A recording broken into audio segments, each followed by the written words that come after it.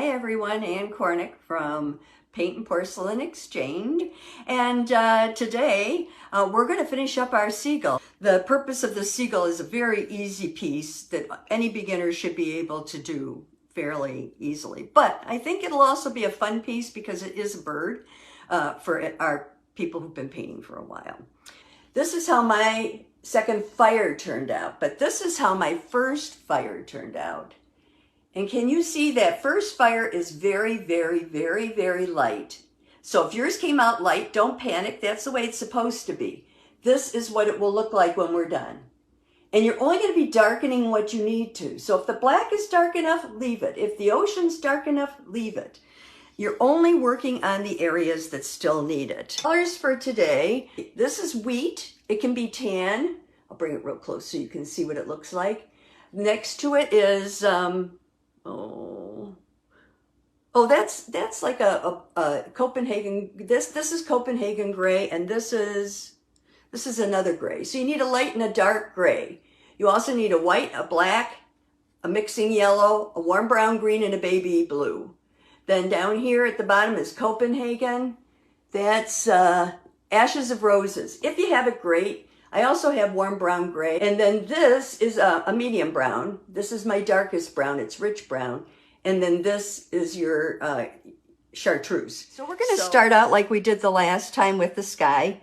And we're just going to use, I'm using my large filbert, which is my, I think it's a 12.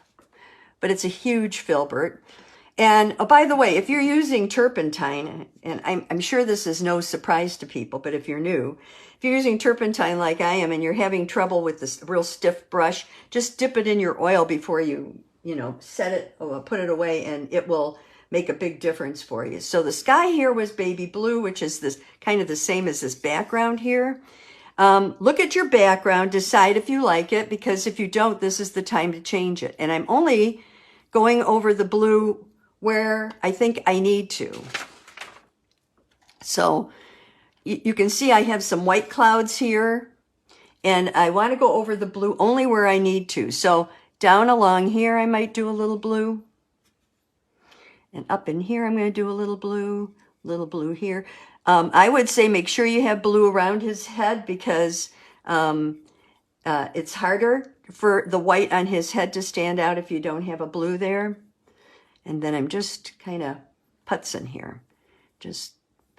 Really just putting blue up here. And then I'm going to start moving it and turning it and going back on my brush. See how far back I am on my brush? And I'm just going to pull it. That's when we were doing the feathering, is when we're back on our brush. And if you get some on the bird, that's fine now, but you're going to have to take it off before you finish the bird. So try not to get too much on there, but if you do, that's okay. And then down here, I need to pull. A lot of times pulling up and then across will get you where you need to be a little quicker. And you can see now I have some definite clouds there, and I'm pretty happy with it. I like painting with the monitor because you can actually see on the monitor what the painting looks like. And sometimes it gives me a better version than, it's like standing away from your painting and looking at it. It's really cool. Oh, a little tip. I do this all the time. A lot of times you have this oil bottle and you have a label on it, and you have the label facing you so you can't see where the oil line is. Just flip it around so you can see where the oil line is. And it'll make it easier. You won't waste as much oil. Okay, now we're going into our Copenhagen for the water. Trying to keep the edge. Now I know that's way too dark. I'm going to wipe a little off, but there we go. I wiped it off on my towel, if you're wondering where I wiped it off. And I'm going to just go down in here and pull it in a little bit here, here, here, here. Again, by the white of the bird, you may want to have that Copenhagen be a little darker so that it, or at least pull in there a little bit so that the bird stands out. That helps. You have to think of the background and the foreground when you're painting something, and how it's going to stand out. Okay. And then I'm just going to do some of this, make it a little smoother. It can be choppy water, but it can't be like big lumps of color in there. Okay. Cleaning my brush again. That was my filbert I used. And I'm just cleaning it with turpentine now because I'm going to go through and kind of, oh, hang on, I need to fix the sky there. There we go. Okay. And I want to just fluff up my water a little bit here and make sure that this is really, really straight out here. It's deceiving, but even if you have to go through the bird like that to make it straight, but make it straight because the water is straight across. It's not, and then you can take a Q-tip, you can take a stump, and you can just go in and wipe out wherever you may have gotten the color on the animal or on the beach, any of that. And then I'm going to take a little white and do my waves. I'm just going to put it on the edge of this. Now, I like this because it's cool. See how it goes on the edge there? And I have to do it from the bottom, unfortunately. You just go up like that. Up, up, up, up, up, up. And then the other side. And if you're lucky, and I'll show you this in a minute. I just have to get a little more on here. Come here, you. You really want to load it because you want, oh, not there. Use your finger if you need to. Okay. You want it to look like spray. See how I got it to look like spray over on this side? Yeah. And if you do that, if you push up from the bottom, you get a better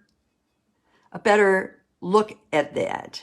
And it really looks cool. I might want to put, now I know I don't have any here, but I might want to just try a little out there. So you got to get quite a bit on, like a little bit, not clumpy, but see, you can just, there.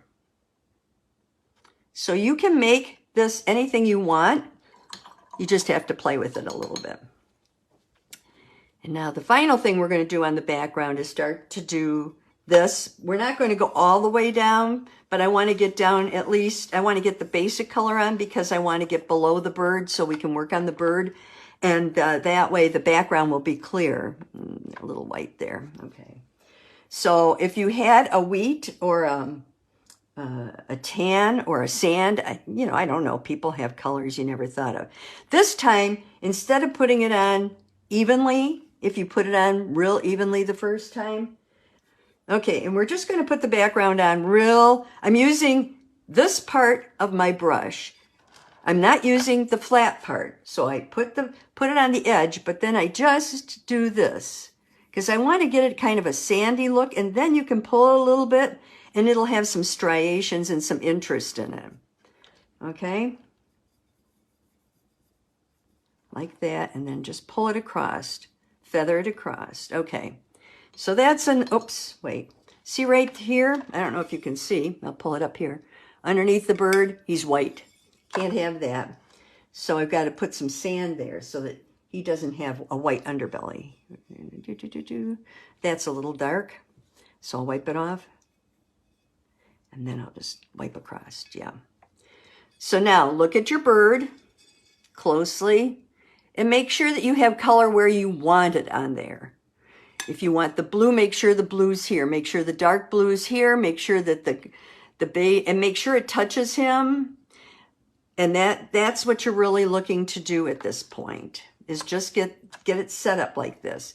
Now, one thing I might do as I'm looking at it is I might add a little more baby blue up in here just to sort of finish it out. And I'm going to put a little more blue right there by him so we have it. Now we're going to work on the bird. And you see, I'm going to bring him close again. You can see how this is not dark enough. This is not dark enough. Neither are his feathers. So we're going to try to make everything a little more dark. Plus, there's a lot of blue in his feathers, and really they have a bluish gray to them, but not that much blue. So I'm going to take a little brush that I like. This is a 1/4 inch. And I'm just going to dip it in the oil. And we're going to start with his feathers, or maybe let's start with his head. Now, with his head, I like to use kind of like an Ashes of Roses or warm brown gray up in here. Or I think Ashes of Roses to me has the best color for their color, to match their color. But if you don't have it, you know, you can always make a gray with black and white. And then if you want it to be a little bit cool, you put a little blue in it. If you want it to be a little bit warm, you put a little brown in it, and a light brown, a light blue, like a baby blue or something. And that will get you to some of these colors. You can mix your own colors. There is nothing that says that you can't. I'm only putting enough color up here. In fact, I'm even going to wipe some of it out so that it separates his head from the background. Okay, and then I'm going to come down here and do this little bit down here. Oops, got to get more paint. We're going to do this little bit. Now I got less paint. This little bit down here. When this happens, just keep pressing it on your towel. Don't, you know, it will eventually come off your towel and on your towel and make it really nice. And you want a little there. And then I want a little bit of blue up in here, I think. There. So I've got my bird. Now, look at your bird. You have to live with this bird, so if you don't like him, do what you need to change him or to make him, you might want to put a little more of this down his back. And when you do that, pull it. Pull the paint where you want it. Don't just set it on there. See, like this, we're going to do, here he's got a definite wing. So we're going to come down the back of the wing, come down the front of the wing a little. There we go. Not quite that much. Let me get this. Always feel free to use your Q-tip if you need to. Whatever you need to do to make it look the way you want it to look, that's fine. Okay. And now we're going to start going down and doing more of his body. I want to make sure that this is wiped out and is rounded and not flat. So we're going to start on his feathers. His feathers are fairly easy. They're kind of a gray. They're a light gray and a dark gray. So I use Copenhagen gray. Here's my Cope gray, because that's a bluish gray. I use my Copenhagen gray with a little bit, this is the silver gray. I couldn't see the name of it, but now I can. And I'm just going to start going down here and trying to put his feathers in on his back. I want them to be separated, so you're going to have to really do it while you're bringing the gray and the two grays down here. Leave a little separation between the feathers. And then we're going to start on his tail. We probably should have started on his tail because they go under these, and so we may have to do them over again. I always forget about that. You kind of have to think of the order you're going to be doing things in. Now here, his tail is a little bit black, just a little bit black. So we're going to just put a little more black on that tail right there. And I kind of like the black. So even though he really doesn't have a lot of black, I'm just going to add a tinge of black because I like how it separates things for me and gives me a real nice look to it. So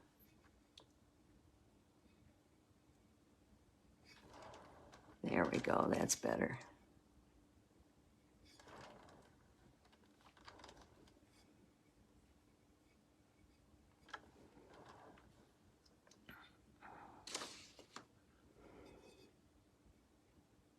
They're a very sleek bird, and I think I'm making him too feathery.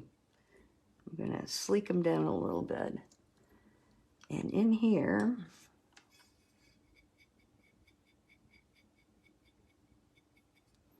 yeah, let's pull him back a little bit.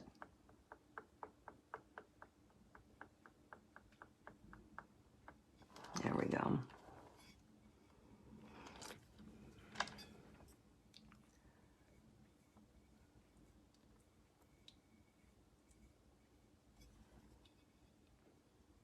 That's better. Pull these guys down here. Where's the terp? My terp keeps getting hidden. And right here, I'm just going to do this. There we go. And he's got the tail feathers at the end. Okay, good deal. And then we got to do this bottom tail here. And we're going to do that with the black. And we're going to pull it up a little further. Oops, see, get a little black on here. Black is always difficult.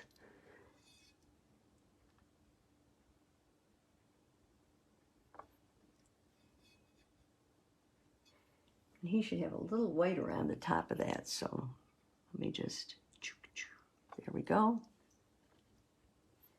And he has a few little, and we'll just pull those out.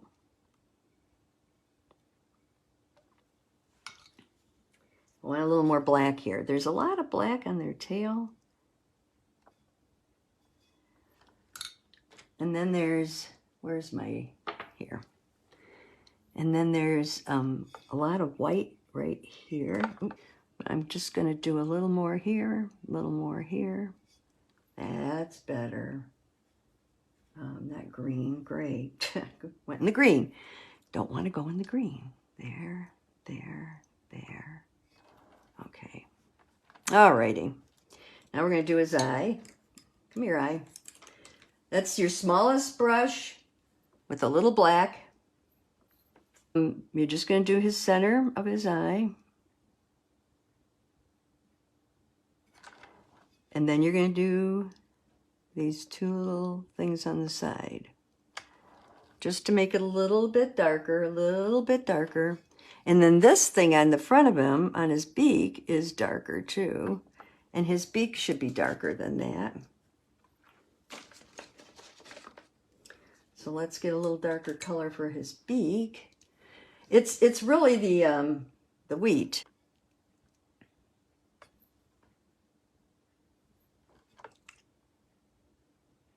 There we go. That's better. Oops, gave him a long nose there. His nose should be short. It's the reason I use this. It usually gives me a short nose. And then for color, if you want to go into the gray with your real fine thing and just sort of outline him lightly, that might help with the back that you, oh, that's a little heavy. That might help with the back that you're seeing, you know, the getting away from that sky there. And if you make it too big, then just take a Q-tip or something and run it along, and that will kind of cut it back a little and help. Okay, let's see how we're doing here. He's a little fluffier than he should be. I'd like him to be a little smoother, but at the same time, you have to be able to see his,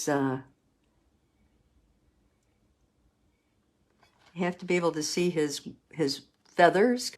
So, and these feathers are weird. They're lighter. Let me show you. They're lighter under here. This part is lighter. Oh, that's one feather. Okay.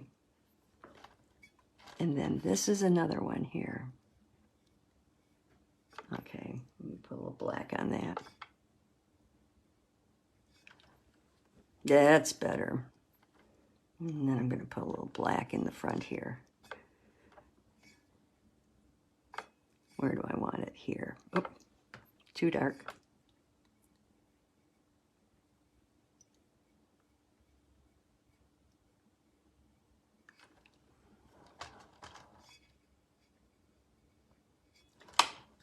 Better, better, better, better, better.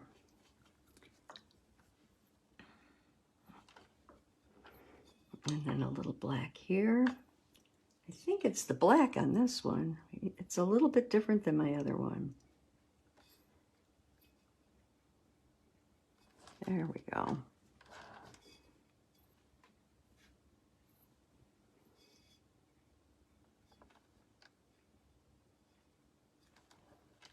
Yep, that is a little better. Okay. Alrighty, now we're going to do his legs. Oh, hang on you. His legs are cute. I already striped them. So I'm just going to fill them in. I'm just going to paint down his legs a little bit. And then we're going to put his little toes in. Come here, you. And we're going to put him here. And here. Come here. And then we got to put the little back on there. And get something a little thinner to do it with. Where's my little brush? Here we are. This is a better brush. And I'm just going to use the brown. There we go. We're going to do a little shading down here. I'm going to use a gray because I think it works well. But first, let's put in the grass, and then we'll do the shading. You do the grass upside down. It's the easiest thing in the world. And I just take a really long liner like this. And I pick a color. And I'm going to start with my lightest green, my chartreuse, because if I don't like it, then I can move it pretty easy. Oops. And you need a little more oil than you think you do, but don't make it too oily. But you just want it so it's going to pull up. And if it gives you a hard time, add a little more oil to the end. Wipe it on your towel and then just keep going. And keep trying, because I think that will help. Okay, here we go. And sometimes it's your paint. Sometimes your paint sat too long. And I think I want one here, and I want one here and maybe here. Okay, so now that I know where I want them, I can do them upside down pretty easily. And I'm going to do them in 3 colors to give it a little pizzazz. Okay, here we go. And do a couple here. And now we're going to go into the warm brown green, and we're going to go back and do the same thing. And again, it's an oil issue. Let me get this oil going here. Okay.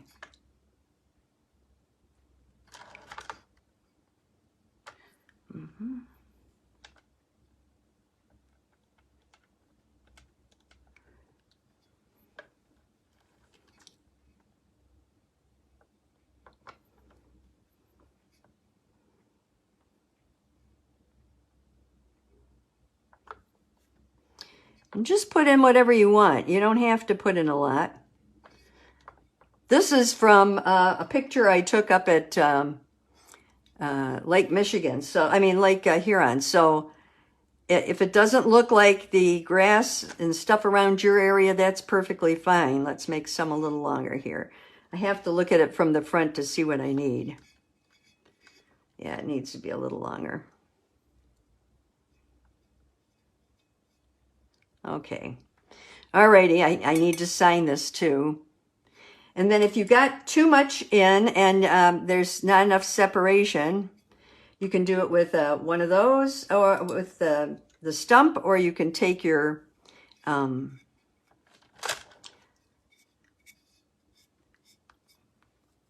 Pico-Pay and just go in and do a couple of shreds like this, and it will kind of clean it up for you a little bit. I know I've got that piece there. Okay, I'm going to take that off of there.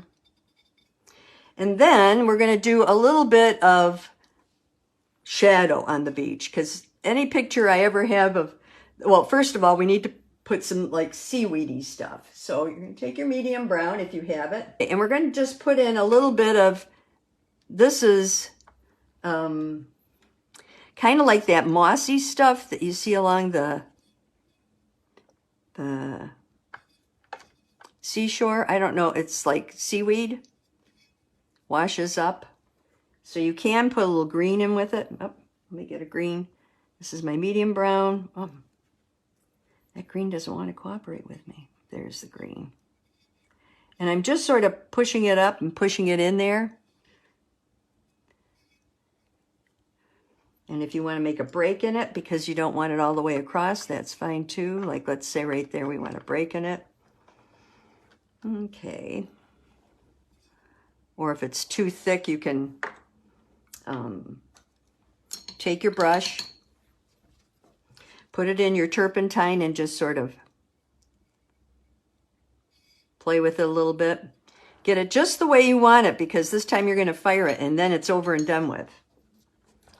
I'll take a little up here, there. Just push it down. Okay, and push a little here. Okay.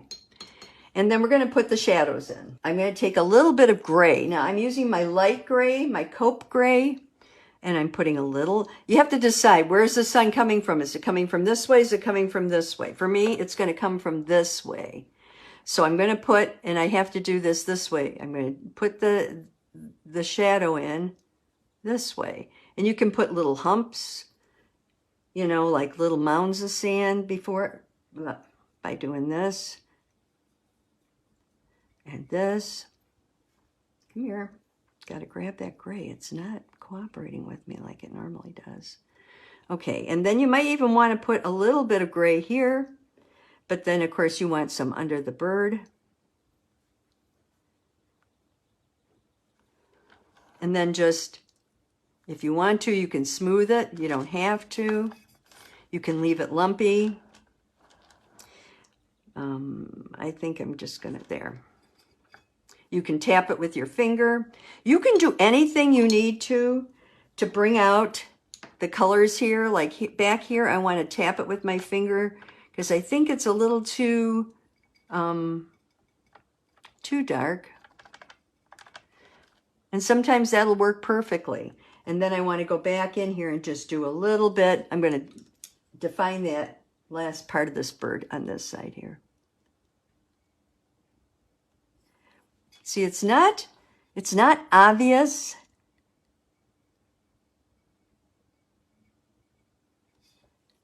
But you do want to define a little bit of the bird. So put a few little things there, like he's got a little breast of white, because that's pretty much what they have. And you can even use this little one to help you shore up some of these feathers if you need to, because it will help you pull paint. Like here, I think it's kind of heavy. There we go. Okay. And the center of his eye. Come here, you. I thought I had, yep, there it is, the white in the center of his eye.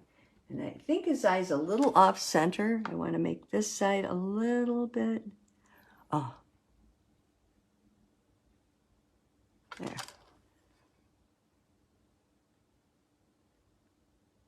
Okay. Alrighty. So that's my bird. So this is my final product for this time. And I'm going to have 2 plates. So it'll be that plate, and I'll hold up this one too, this plate. And so I'll have 2 bird plates that are seagulls. And see, this plate, see how his upper feathers go a little nicer? This one, they go a little lower. So I may have to adjust that and make them more like this, because I think I like that better. Pick up those brushes, keep painting, and I will see you next time. Bye-bye. I hope you enjoyed the program, and I hope you'll take a minute to subscribe so that other people can learn more about China painting and we can get the word out to more people. You also can look at the links below. My Paintnporcelain.com website has a lot of freebies and printables for new and experienced painters, as well as studies, supplies, and even some of my hand-painted china. So thank you again, and I'll see you next time.